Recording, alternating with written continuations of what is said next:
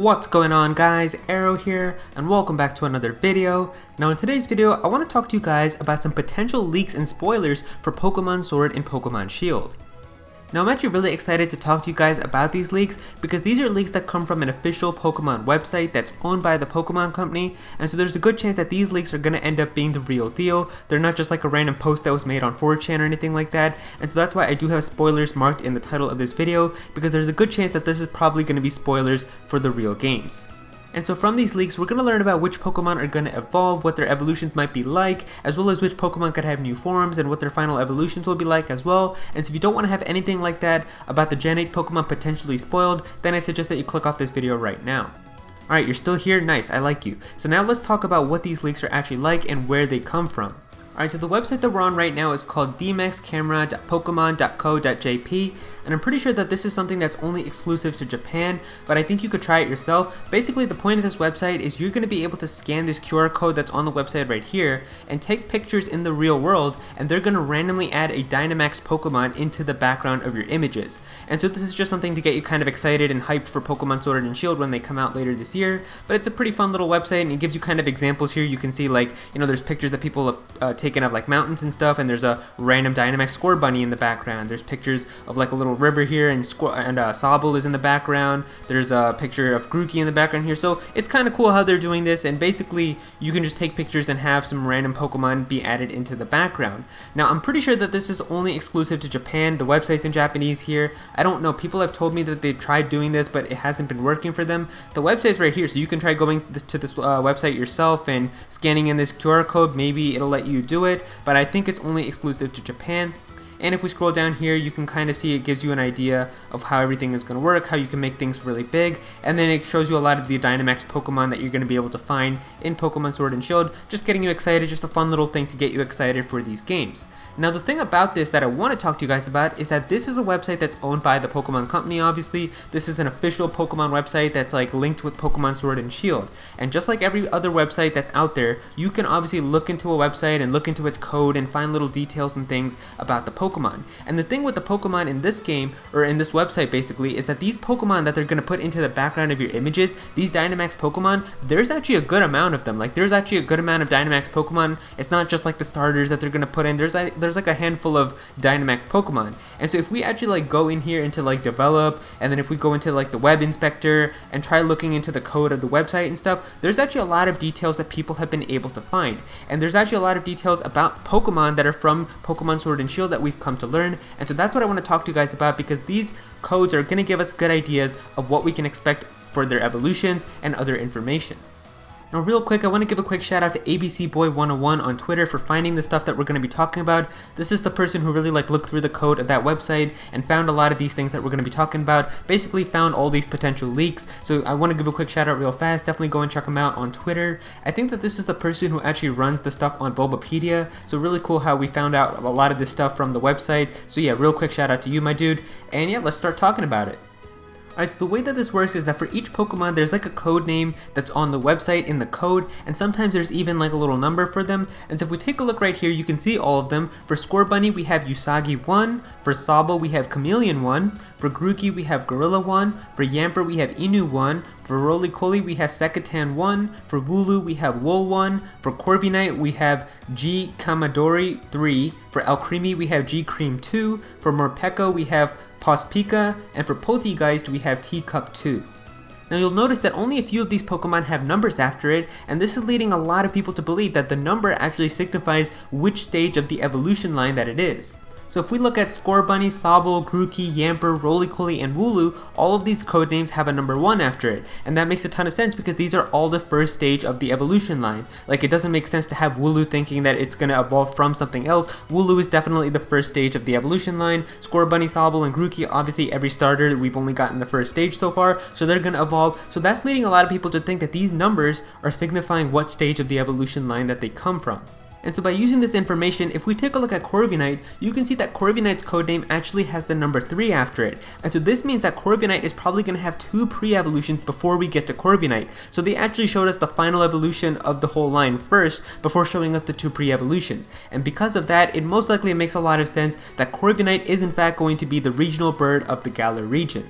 The next Pokemon that we have is Alcremie, and Alcremie has the number 2 next to it in its codename, meaning that Alcremie probably has one more pre-evolution before it that we still don't know about, and this makes a lot of sense as well. I mean, when we saw Alcremie having its own Gigantamax form, it really wouldn't make sense to have a Gigantamax form in its pre-evolution state and then evolve into something else, so Alcremie definitely would be like the final evolution with the Gigantamax form, but then, you know, like something before it could evolve into Alcremie. It's basically like Slurpuff at this point, like Swirlix evolving into Slurpuff. It's basically like that. We're probably going to have a pre-evolution evolving into Alcremie, and then Alcremie is going to have this Gigantamax form.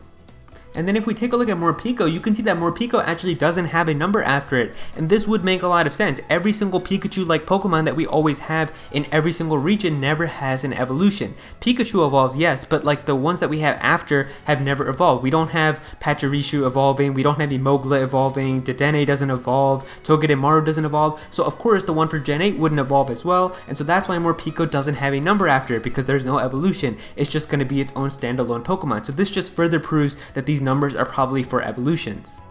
And then if we take a look at Poltegeist, Poltegeist has the number 2 after it in its codename, and so that's leading people to think that there's probably going to be a pre-evolution that it's going to have before that's going to evolve it into Poltegeist, and that's actually very interesting because when I saw Poltegeist for the first time in the Nintendo Direct, I really thought it was like the first stage of an evolution line. It doesn't seem like it would have a pre-evolution before it, but who knows, maybe it's actually going to have another evolution even after this, because that's one thing for sure, is that this can't tell us if there's going to be another evolution that's going to come even after. Like obviously for the ones that have a 2, there could be a 3rd stage evolution that we don't know about. Alcremie is kind of unlikely because it has a Gigantamax form, but for Poltegeist, I could very well see it getting another 3rd stage evolution. Poltegeist is really giving me like the whole entire Chandelure line type of vibe. Like it's probably going to have a really basic like 1st stage evolution like Litwick, then Poltegeist is like the Lampent, basically it's like the middle stage one, and then there's probably going to be like a really awesome one that it's going to get as its 3rd stage with like Chandelure. So that's what it's really making me feel like, so I don't think that Poltegeist is the final form. I really think that there's going to be another stage after.